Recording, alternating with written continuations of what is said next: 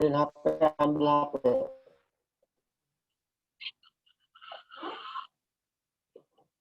Ya, HP Samsung. gimana Kang Aman? Tes, sound, tes. Ini sinyalnya tiba-tiba putus ini ya. Iya, tadi terputus. Ya, silakan Kang Aman lanjut pertanyaannya. Iya. Tadi itu kan dijelaskan untuk mengatasi beberapa penyakit, terutama diare, terus apa tuh, apa namanya, sembelit ya kalau nggak salah.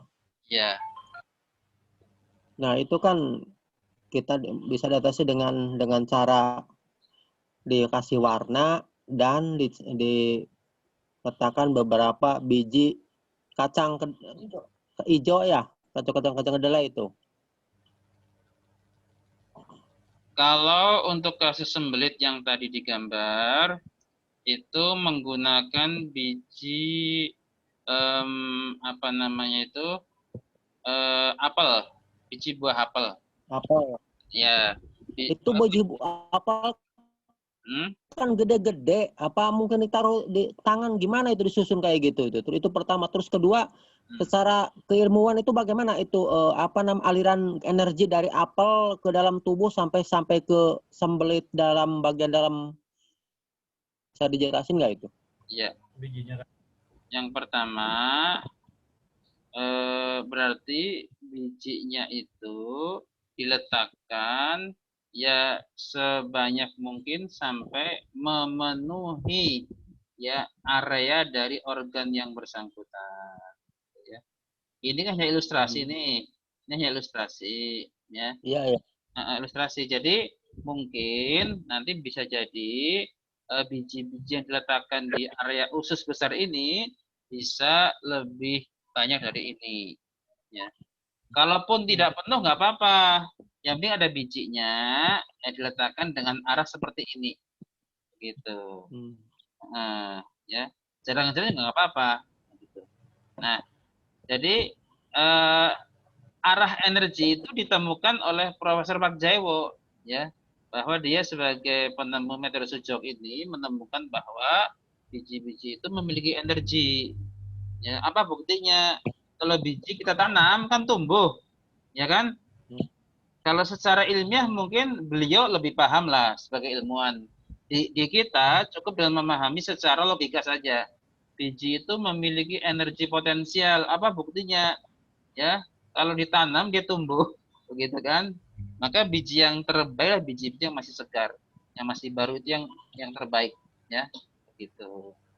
Nah, kalau arah ya berarti emang hasil penelitian beliau, ya. Kalau arah bijinya adalah arah energi sesuai dengan hasil penelitian beliau, ya, seperti itu. Nah, saya tambahkan, jadi biji, warna, dan pijat itu bisa dipakai salah satu ataupun digabung. Ya. Jadi beberapa pilihan teknik itu bisa dipilih ataupun digabung. Itu Kang Maman, insyaallah mudah-mudahan menjawab. Ya apa namanya ya, kadang mungkin itu ya karena kan secara empiris ya khususnya untuk saya itu belum apa namanya, memahami lah secara empiris buktinya ya, atau mungkin telah banyak bukti yang belum saya ketahui, mungkin bisa jadi hanya secara apa namanya mungkin apa ya namanya proses mekanisme daripada aliran energinya itu ya sejauh ini belum ini ya, belum dipahami. Kalau umpamanya apakah itu akan ada terjadi suatu proses kimiawi atau apa sehingga bisa, mungkin itu mediator perantaranya darah atau apa atau bagaimana, saya belum memahami. Tapi oke lah kalau memang secara empiris bisa dibuktikan ya nggak masalah. Ya, kalau secara empiris itu jelas, ya alhamdulillah banyak yang berhasil. Dengan tidak menafikan yang tidak atau belum berhasil, ya begitu, ya. Ada yang seketika berhasil dan cepat, ada yang butuh beberapa kali atau berapa lama, begitulah. Ya seperti umumnya terapi, gitu ya. Kalau secara keilmuan, memang itu yang tadi di awal saya sebutkan, memang ini ilmu berat. Ilmu sejauh itu ilmu tingkat tinggi, begitu ya. Sampai saya kalau boleh mengistilahkan itu, kalau di kalangan ulama Islam itu ya, barangkali insya Allah Syekh Taqi itu adalah meramu berbagai pandangan-pandangan mazhab ya, sebagai satu keilmuan Islam. Beliau meramunya dan kemudian menghasilkan yang paling rojih, yang paling efektif atau paling tepat. Nah, kalau Prof. Pak Jewo ini meramu berbagai keilmuan terapi, kemudian mentarjihnya ya, dan beliau juga memiliki ilmu ilmiah dan yang paling kuat lah begitu kan, dengan ilmu yang namanya sujok begitu. Tapi kalau secara apa namanya itu ditanyakan secara kimiawi atau apa, ya memang itu tidak bisa langsung dirasakan, karena tubuh manusia itu kan di awal disebutkan merupakan lautan energi, baik itu berupa energi listrik, energi magnet, energi cahaya, termasuk energi elektrokimia kan. Nah, buktinya apa? Mengandung energi kimia, yaitu kalau dikasih obat kimia bisa bereaksi kan, bisa sembuh seperti itu. Nah, kalau sujok memang akan lebih mudah dipahami kalau kita juga mencoba belajar ilmu apa, TCM ya, ilmu kedokteran Cina. Yang paling mudah itulah akupunktur ya. Kalau kita pernah saja, kalau nggak belajar ya membaca tentang akupunktur, tentang konsep energi, maka nanti itu akan lebih mudah ya untuk bisa lebih mengkaitkan. Ya. Jadi kalau empiris insya Allah, kalau untuk keilmuan ya saya sarankan nanti setelah ini coba-coba deh buka-buka tentang keilmuan akupunktur ya, atau TCM Cina. Itu akan membantu untuk lebih memahami.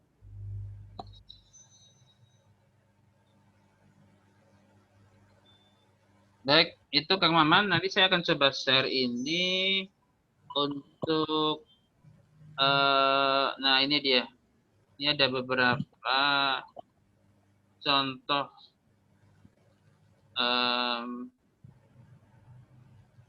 empiris ya, yang empiris. Nah,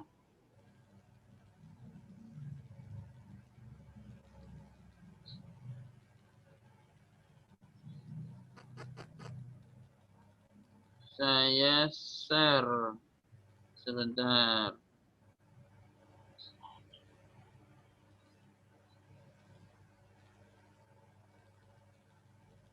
Nggak ada, bukan nggak ada ya, kurang peminatnya. Cuman 3 orang. Sulaikan, Mas, Sulaikan.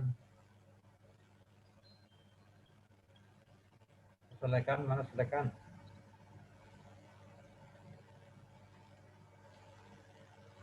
Nah, ini dia. Coba itu suara dimatikan dong. Suara dimatikan. Pak. Ya, maaf Pak, terusnya diinput dulu ya. Nah, ini contoh-contoh ya, dari berbagai klien ya yang secara empiris berhasil. Perhatikan nih, contoh pertama sakit perut. Coba dengan warna itu aja tuh. Nih, ini sakit perutnya apa namanya itu diobati dengan 3 warna ya. Ada biru, terus kalau nggak salah ini oranye ya, oranye atau kuning ini. Nah, sama hijau kalau nggak salah ini. Begitu. Ya, dan sembuh. Tentu sembuhnya itu karena biiznillah ya. Tapi ikhtiarnya, syariatnya menggunakan keilmuan sujok. Nah, itu warna semua ya. Sakit bahu nih. Bahu sakit berarti kan itu apa namanya itu ekses kan ya. Ekses. Sebenarnya diberi warna biru. Nah, ini area apa namanya ini? Area bahu kan? Nah, di bawah leher, ke samping bahu kanan, dan ke samping bahu kiri, gitu kan, sampai ke lengan itu dia kan, dan rilis. Rilis itu artinya berkurang sakitnya. Gitu. Nah, kemudian gastritis, ini gangguan di lambung, ya. Biasanya karena asam lambung, ya, dan radang tenggorokan. Kan kalau asam lambung kan naik ke atas kan, ya, sampai ke tenggorokan jadi radang. Ya, maka ini menggunakan terapi ini, nah, terapi warna ya di area tenggorokan, ini kan, terus di area lambung, gitu kan, dan di area yang lain yang berkaitan. Gitu. Itu pewarnanya itu pakai apa itu? Pakai asal warna atau spidol atau mungkin ada pewarna khusus itu yang punya khasiat barangkali? Warna itu bebas, yang penting memberi warna. Mau pakai spidol, mau pakai krayon, mau pakai pewarna makanan, iya. Mau pakai apa lagi tuh? Apalagi coba warna yang spidol, ya itu boleh, pakai aja. Atau kertas warna juga boleh, begitu. Jadi kalau khususnya ya karena ini aja, biasanya kan kalau produknya Sujok Indonesia yang resmi itu dia memang menggunakan pewarna yang lebih aman gitu ya, yang lebih aman buat kulit gitu ya. Nah, kalau kita mau pakai spidol yang aman, biasanya itu yang water based, spidol yang berbasiskan larutnya air begitu. Tapi mahal. Yang paling mudah ya warna biasa aja, spidol biasa.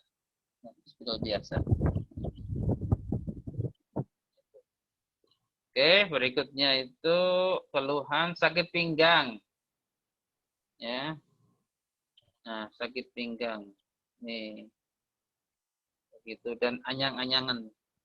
Jadi anyang itu kan suka kebelet tipis, suka enggak gitu kan. Nah, ini kan di area penis ini kan, ini area penis nih. Dikasih warna merah biar lancar. Begitu kan. Ini pakai konsep warna biasa nih. Warna merah melancarkan begitu ya, dan seterusnya begitu. Ini nggak pakai konsep 6P ini. Nggak pakai asis slow. Flu pilek. Nah, flu pilek, kalau flu dan pilek itu kan apa? Intinya sindrom dingin di area hidung atau penciuman itu kan mampet tuh. Kurang lancar fungsinya. Maka dilancarkan dengan warna merah. Di area apa nih? Area wajah kan ini hidung. Nah, itu doang. Ya. Gitu. Si warna merah. Kemudian batuk ya seperti itu, batuk kering. Nyeri sesak dada. Ya. Ini di area paru-paru dikasih warna merah. Sesak itu kan juga sindrom melemahnya fungsi paru-paru. Maka dilegakan, dilancarkan dengan warna merah. Apalagi ini hiperaktif. Hiperaktif berarti kan otaknya terlalu ekses, ya kan? Maka dilemahkan fungsi otaknya dengan warna biru. Ini kan kayak orang main-main kan, dicoret-coret gitu. Oke, ini untuk berat badan. Ya udah itu intinya, contoh-contoh empirisnya. Gitu. Yang penting harus punya trust, keyakinan begitu. Karena memang di kalangan teman-teman terapi Sujok itu yang kebetulan itu kebanyakan muslim, ya, mereka mau pakai istilah apa nih?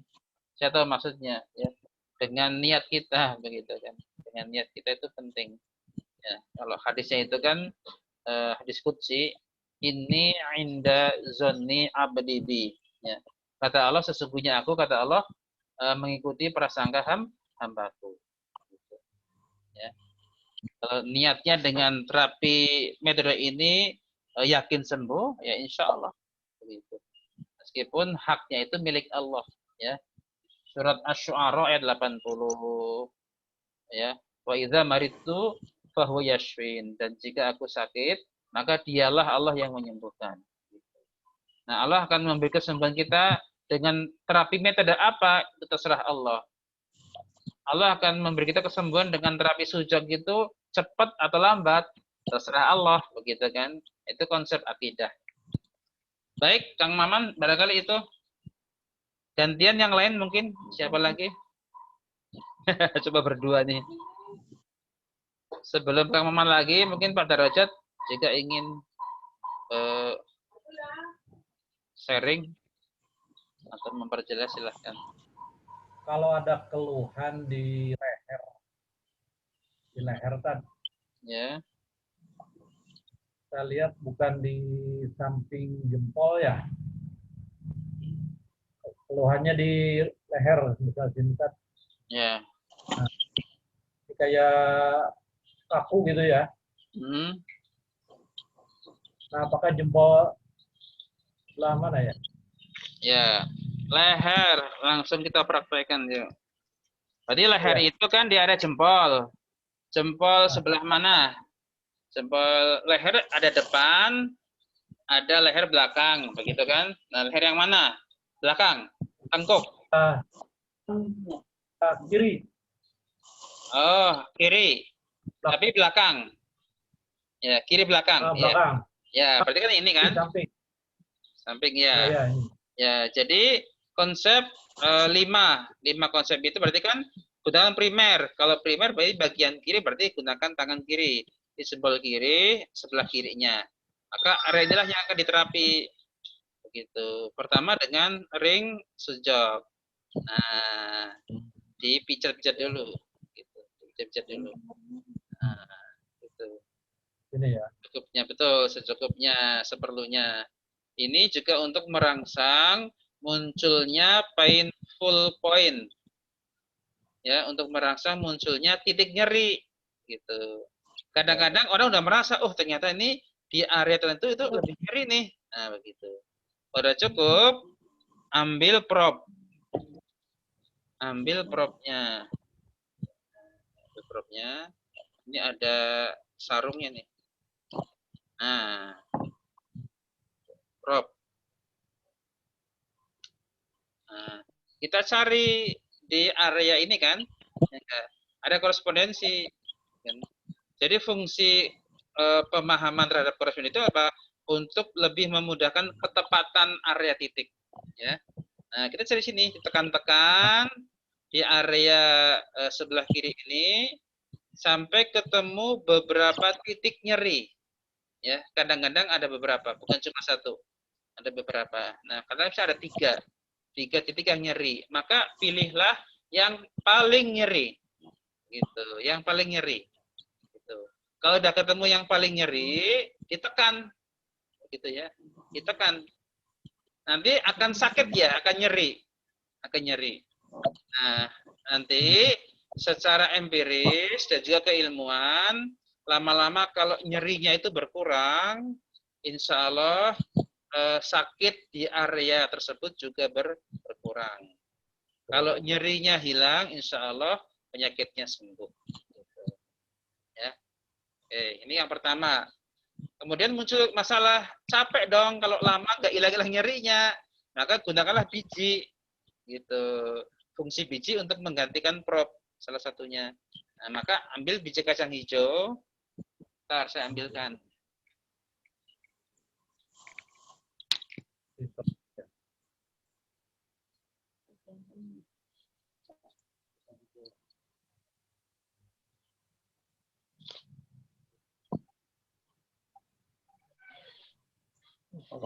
Masih bawa dari rumah ya. Kacang hijau banyak. Kamu tahunya buat bikin bubur doang. Banyak kacang hijau tuh. Aneh.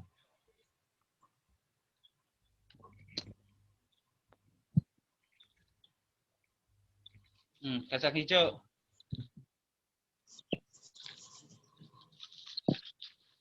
Dua biji. Ya, Dua biji. ambil satu aja. Nah, ambil satu. Gitu ya. Nah, bagian yang putih ini, yang putih ini ditempelkan ke kulit kita. Pertama taunya bubuk doang itu. Dua biji berapa, Bar?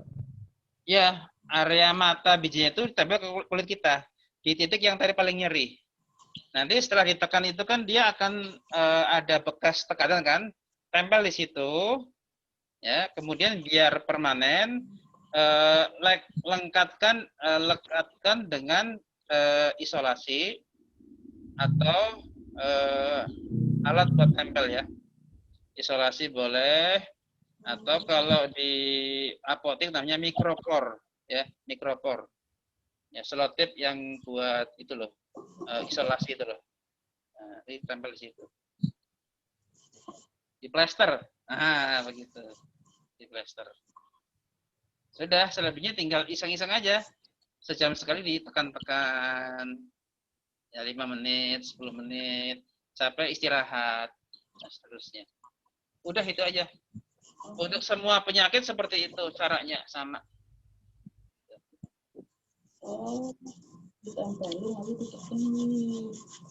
Ya. Halo? Ya, silakan. Gantian Kang Maman silakan. Jadi Tad, kalau keluhannya di sebelah kiri, tangannya juga kiri ya? Ya, Tangan kanan gitu. ya. Kalau tadi kan yang sakit area sebelah kiri, maka dahulukan tangan kiri. Ya. Kalau nggak dapat titik nyerinya, nggak ketemu rasa nyerinya, ganti tangan kanan, sekunder. Tangan kanan berarti leher kirinya mana? Leher kirinya di sini. Nah, di sini. Nah, gitu. Ya, gitu.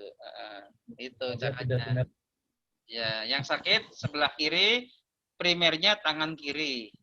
Ya, kalau nggak ketemu, pakai sekundernya yaitu tangan kanan. Begitu. Nanti kalau kedua tangan udah maksimal dicari nggak ketemu juga, baru ke kaki.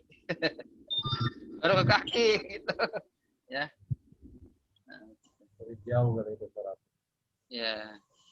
Oke, silakan. Kang Maman monggo. Kadang-kadang bangun tidur Tad, hampir sering. Ya, gimana? Ya hampir sering kalau bangun tidur. Ya, silakan coba aja. Setiap pagi gunakan ringnya ini. Ringnya.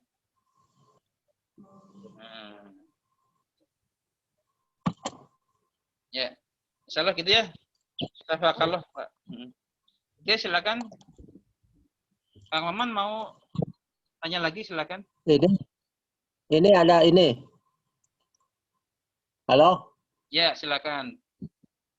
Kalau kita mempraktekkan terapi sujuk ini, apakah ada kontranya enggak kalau disinergiskan atau di join dengan jenis terapi lain atau di combine gitu ya? Itu pertama.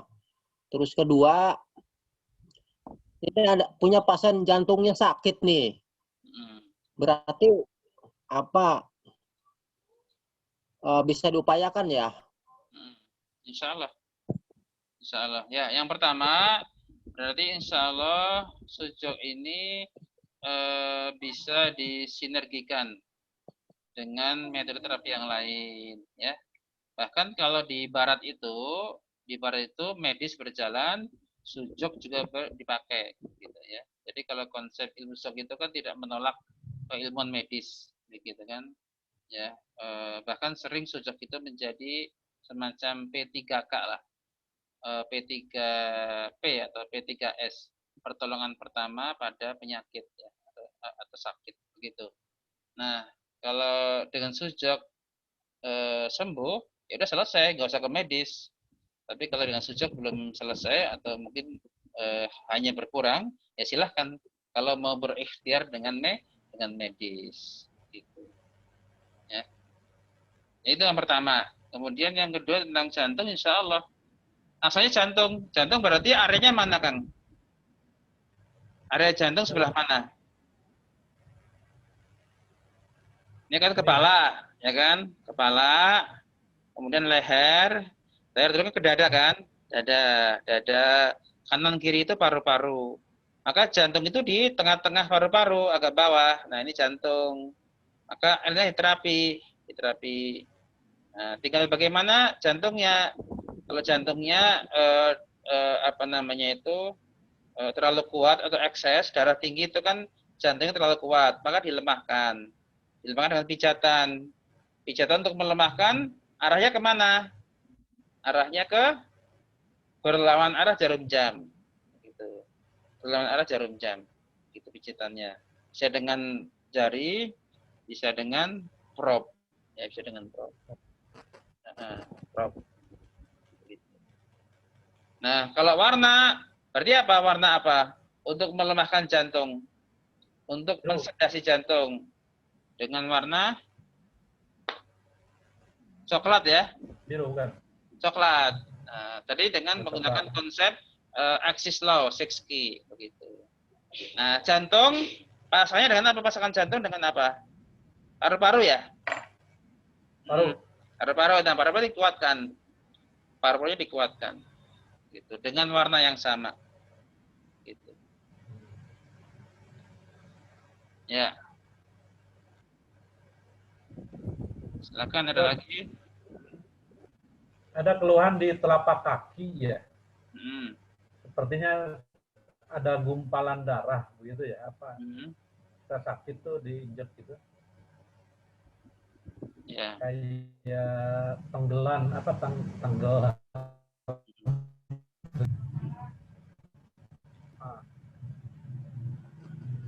Ya. Telapak kakinya hanya di tangan kanan atau kiri? Telapak kakinya kanan atau kiri? Ini kiri.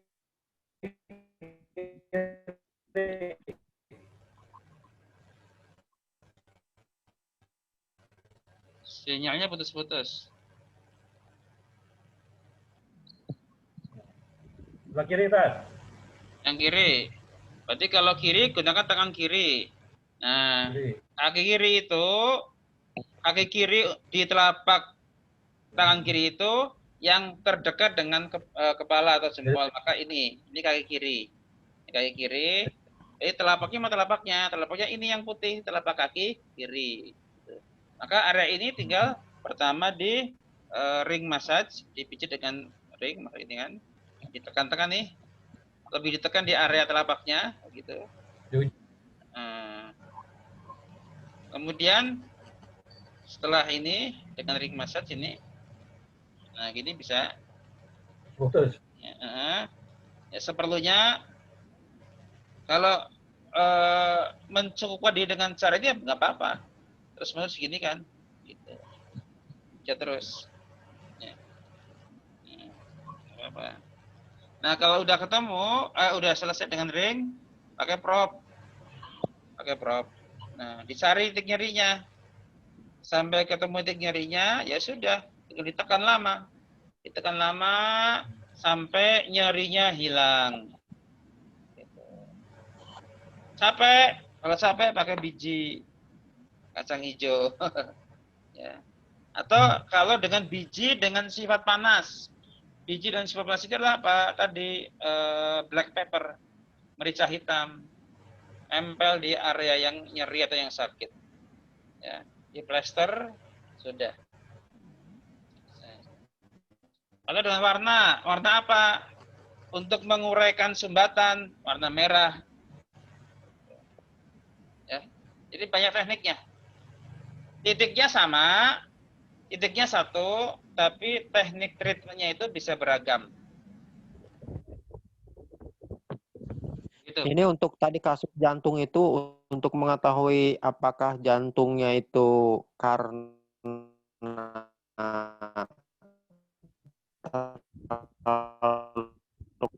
kuat.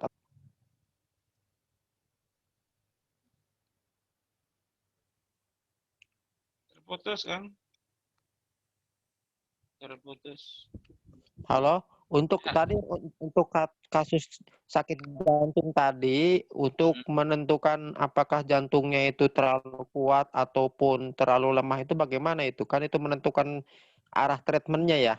Ya, betul.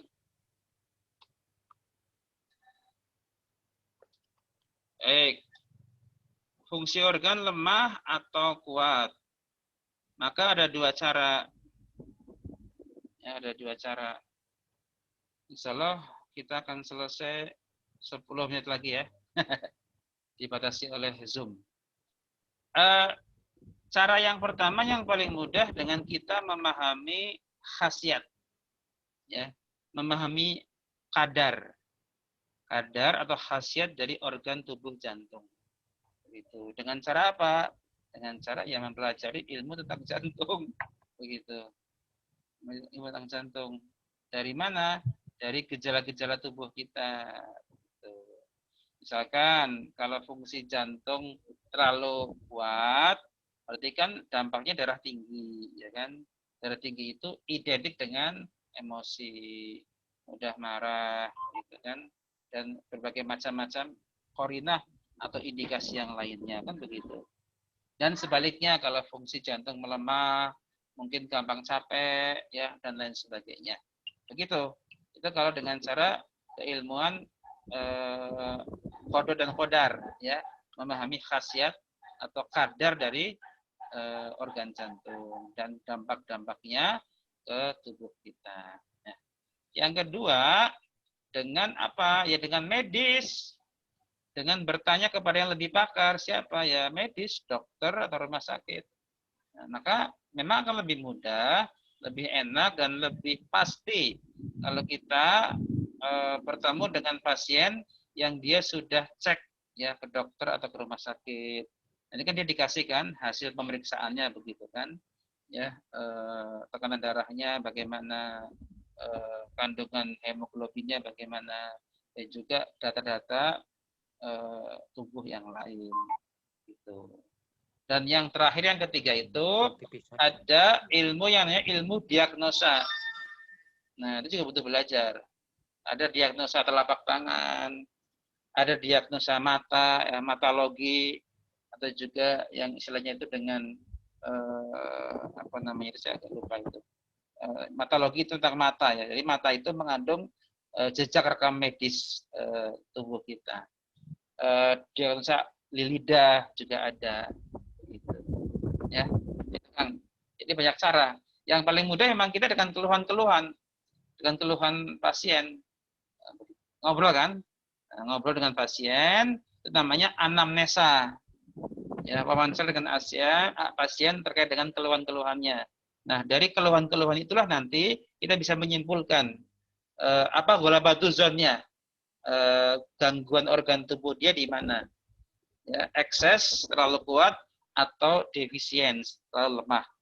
Maka kita kemudian barulah menterapi. Ya, itu yang paling mudah. Jelas Kang Maman? Insya Allah, insya Allah.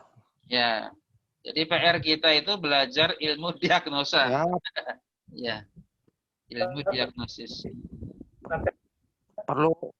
Perlu apa namanya perpaduan ilmu lain kali saling mendukung nantinya ya. Betul, 100. Betul sekali. Betul. Ya. Ada lagi mungkin dari Pak Darajat, silakan.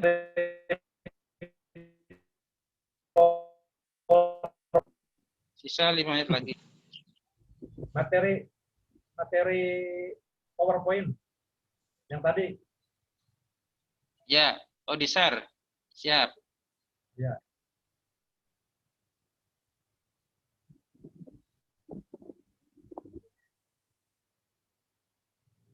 Ya, yang mana Pak? Silakan. Bagian yang mana? Ya. Bisa dikirim materi yang tadi. Oh, sudah di grup. Kalau materi Oh. sudah dikirim di grup, gitu. Oke. Sudah. Ya dicek nanti di grup ya. Salah. Mari, Tat. Ya sama-sama. Baik, itu mungkin dari Kang Maman ada lagi. Terakhir satu lagi pertanyaan.